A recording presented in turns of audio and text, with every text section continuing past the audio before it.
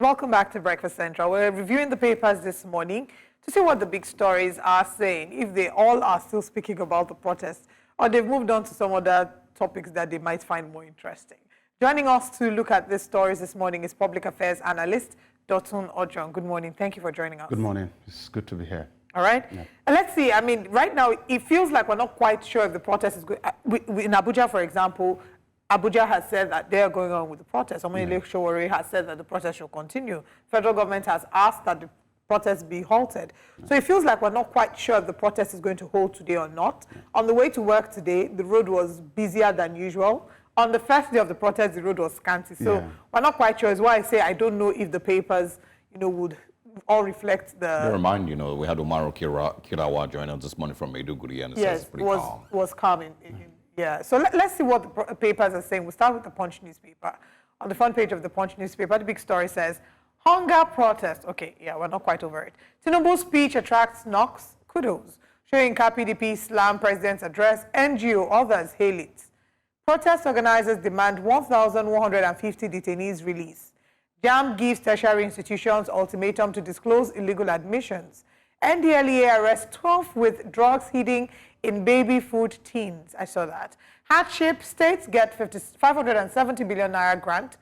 Retail investors may shun bank stocks as shareholders lose 1.6 trillion naira.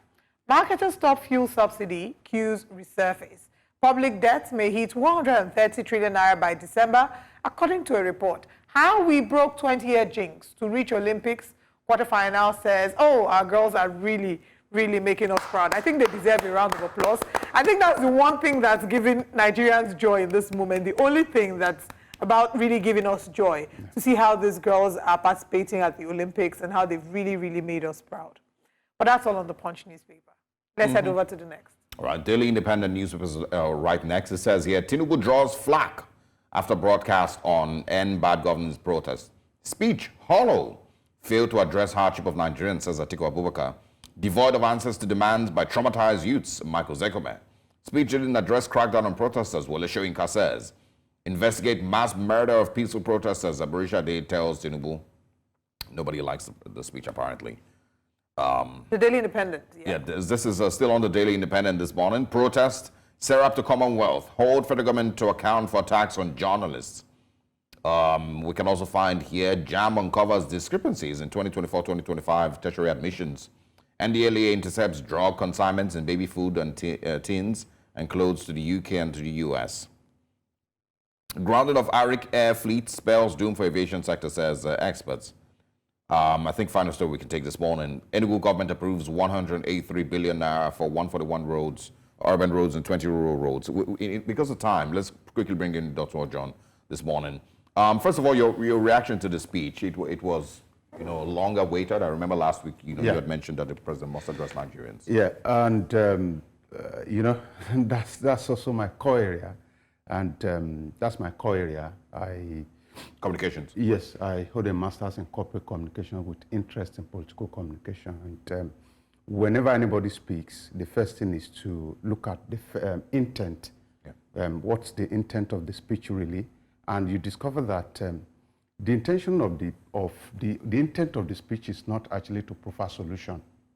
I don't want us to mix it up. The intent was to calm the community. And that's why you see that the president was saying, oh, at the end of the day, I want to engage with the leaders of the protesters. So the intent really is not to provide solution. And you will see that from the very beginning to the end, there's no specific solution as to the demands of the protester. And what's the demand of the protester? And I don't want us to confuse things this morning. There's a demand from the Showore angle of the protester. That's not the demand of the protester. The protesters just want hunger to end.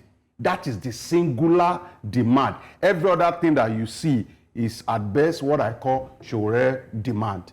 And if all of us are coming together to say that, oh, there's an agreement to the fact that everybody in the community has been affected by the economy. So there's the need for us to actually, for the president to have actually made mention of it. Unfortunately, because most often when we come to the studio, we just say, oh, President Tinubu, because he's the president. You know, there's this principle of this philosophy, even in religion. of the kind of people that surround you. Philosophically, Jesus was talking to his disciples one day and he asked them a very significant question. He said, who do people think I am? And they were trying to explain. And I said, you people that are with me, who do you think I am? It shows that the perception that people paint of you, people that are very close to you, people that are in your government, people that are your governors, people that are your ministers, the perception that they paint of you is what the community will accept. And by extension, the feedback they give to you is what you will work on. The governors have not been helping the Federal Republic of Nigeria because the governors happen to be the greatest beneficiaries of this hardship. Where did this hardship come from, if you may ask? It's from removal of fuel subsidy. So if fuel subsidy has put people in a tight corner, I'm glad to also tell you that fuel subsidy has actually made, the removal of fuel subsidy has actually made your governors richer. But what did they do? They hoard the riches. In fact, there was an allegation that came out from a report that anytime they release FAC allocation, that the value of Naira drops, with the implication that there's this suspicion in town that whenever the state government have access to more money, some of them go to buy dollar from they mop up the dollar in the market. And as a result of that, there's pressure in our economy. So President Tinubu, the major good that he's been able to do is to give him more money to the governors. And unfortunately, these governors are actually mopping up this money. A governor in the Southwest, for example, 2 months ago took 11 billion. As we speak now, the contractors on the roads have all left. So the president didn't come across as somebody who was, the intent of the speech is actually not to provide solution. The intent is just to calm the community. Unfortunately, this is where disconnect and disagreement happen. When there's a disconnect between what the government is saying and what the people expect, there will be disagreement. The community was expecting solution profiling speech, but the president was giving a speech that is to calm the nerve of the people, thereby giving him an opportunity to invite them to the table. We have a call from Lagos. We have Ayo calling. Good morning, Ayo. Please go ahead with your comment. Hello. Yeah, good morning. Good morning to you all in the studio. I just want to pinpoint this out. You see, the federal government fails to understand that the students, as they see, it is not all about, I've been saying so many things on the social media. This is not all about the airlines. It's not all about the people, the layman. But an average Nigerian has to be able to benefit from what is really going on in the country. We also what happened. At the Kenya, the Gen Kenya district. Their government was able to quickly understand what is really going on. At this point, we really need to understand something, that the country, sorry, I will hand up now. We really need to understand something, that the country is at the verge of going into sabotage. If the federal government fails to understand the plea of the citizens, there's more future, there's future things to come up. There's future more protests to come up. Why can't they address this issue once and for all? And we should forget about this. The president has not said anything about this. People going to work, their lives are not even still safe because there's still an issue at the background still going on. And what I expect the NLC to do now is to call for a total breakdown. Let them resolve the issue once and for all, so that the lives of people will not be at stake. We are saying Lagos is peaceful. Right. You know what people still have at the back of the mind? Thank you for joining. Unfortunately, the only thing that government can do in the immediate is to make policy. You see, anything that moves from policy to project takes time. But here is the issue. The President Tinubu administration has pronounced a lot of policy, given a lot of policy statements that have not been followed up with. So when the citizens have got to a point now when they need urgent result, it becomes a burden on government, because either we like it or whatever it is that we think. Projects that will better the life of the people cannot be done immediately, but policy that will make their life better can actually be enacted and pronounced immediately.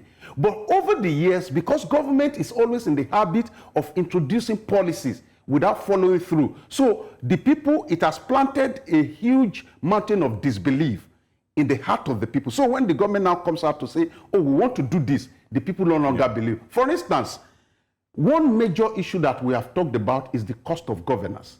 And everybody is worried about it. In fact, at a point in this nation, the National Assembly alone was taking 25% of our national budget. So I think the cost of governance and is so painful that we have not been able to address the cost of governance. Let me tell you how government actually works forward and backward. Okay, before you do that, I think we have a call from Elder David. Let's take his call. Good morning, Elder David. Thank you very much for calling. All right. Seems we've lost the call connection with Elder David. Please call back. We want to hear your thoughts. So the Orai report of, I think 2011 or 2012, actually suggested that, recommended that some of the agencies of government be merged. And we were on set some times ago when this issue came up. President Tinubu said, oh, I am going to implement this report because it's a way of cutting the cost of governance. As we speak now, the National Assembly has deliberated on creating Ministry of Southeast Development, Ministry of Southwest Development, all the development. And by the time you see all of these things, it points to one direction. It is actually to give more money to the politician, not necessarily to make life better for the Nigerian people. All right. Is it also worrisome, seeing, first of all, the casualties from the protests, more than a dozen people reportedly killed, and of course, seeing the way things also turned out in northern Nigeria? Yeah. So there are two reasons for that. First, the president actually mentioned it, and I think there was a bit of empathy when I studied the speech, which I quite appreciate.